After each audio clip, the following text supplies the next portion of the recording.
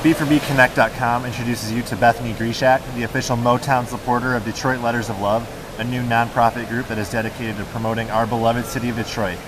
Beth, can you go into some detail about Detroit Letters of Love, what it's all about, how it works, and what your role is with the group? Yes.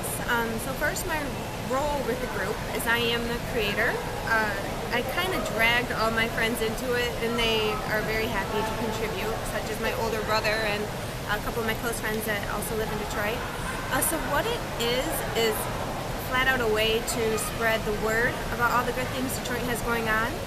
As everyone knows, we get a lot of bad press, and I thought the best way to show people that there is a lot to do here and there's a lot that Detroit is going for is to talk to the people who actually live here and just spread words of hope.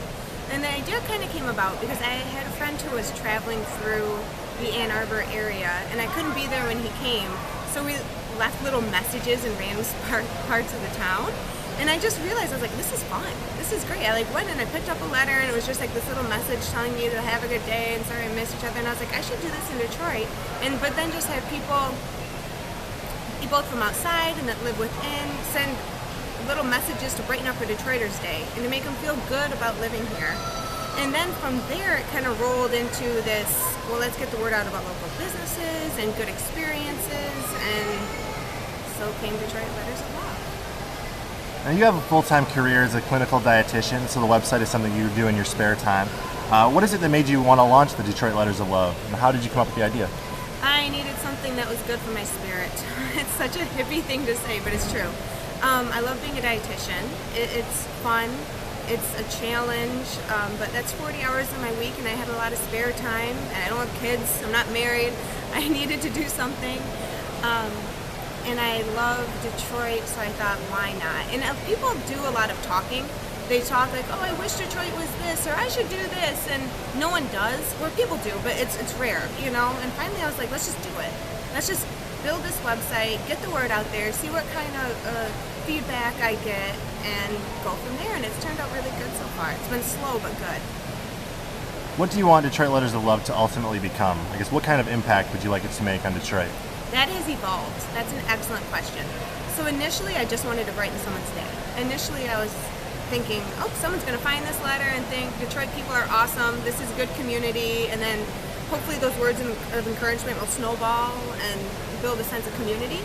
That was my first thought, but now, since I've been getting, I started doing Mad Libs on my website because I found that people were more intimidated to just write a letter because they're like, what do I write about? I started getting these questions. What do I write about? What should I say? So I did these Mad Libs where you can say like a business that you like, or you can say a certain walkway in Detroit that you feel has good pictures, or a clothing store that you really enjoy going to.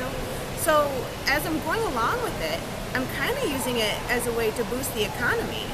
I've had, like one of the recent ones that I had, which I thought was good, and it's a place I've been to, is about Green Dot Stables, which is over on Lafayette. And someone filled in the Mad Lib and said, have you been to Green Dot Stables? It has really good sliders and beer. The atmosphere is laid back. And from there, I've had people say, oh, I haven't, but I'm going to go after a game. So I don't even think these people know that I'm getting the word out for them.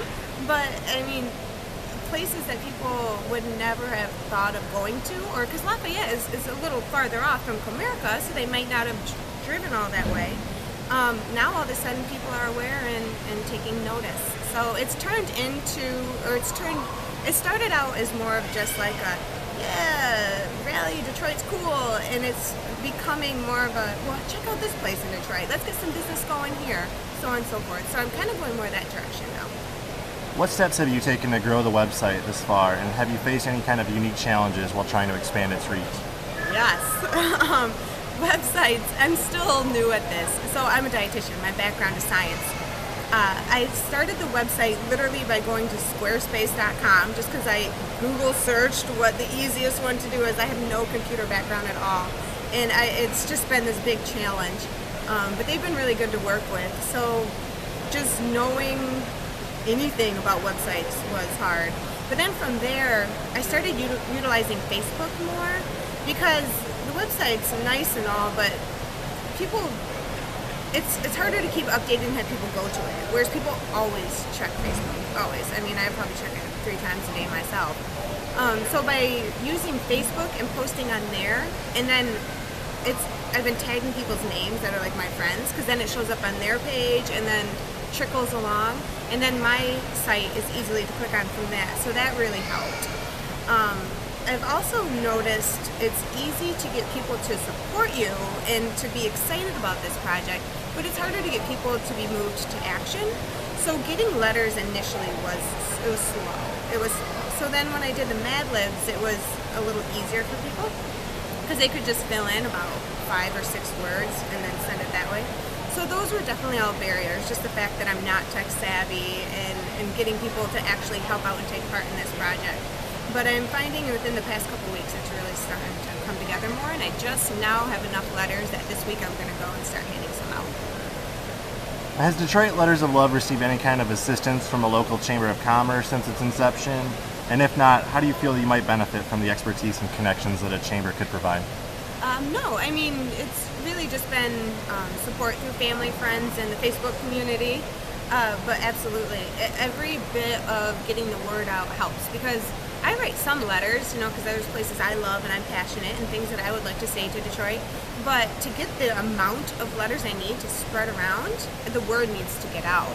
So even just doing this interview and knowing it'll be posted somewhere else other than just my own sites that I've created is very exciting. And it just kind of gives me a renewed sense of, okay, it's like that typical, if you do something you love, if you build it, they will come. Like that type of idea. And it just gives me a push to keep on going. So I'm excited. It makes me excited about the future and what else Detroit Letters of Love can do. Well, that concludes this B4BConnect.com interview. Beth, thank you very much for your time, and we wish you the best of luck as you continue to grow Detroit Letters of Love.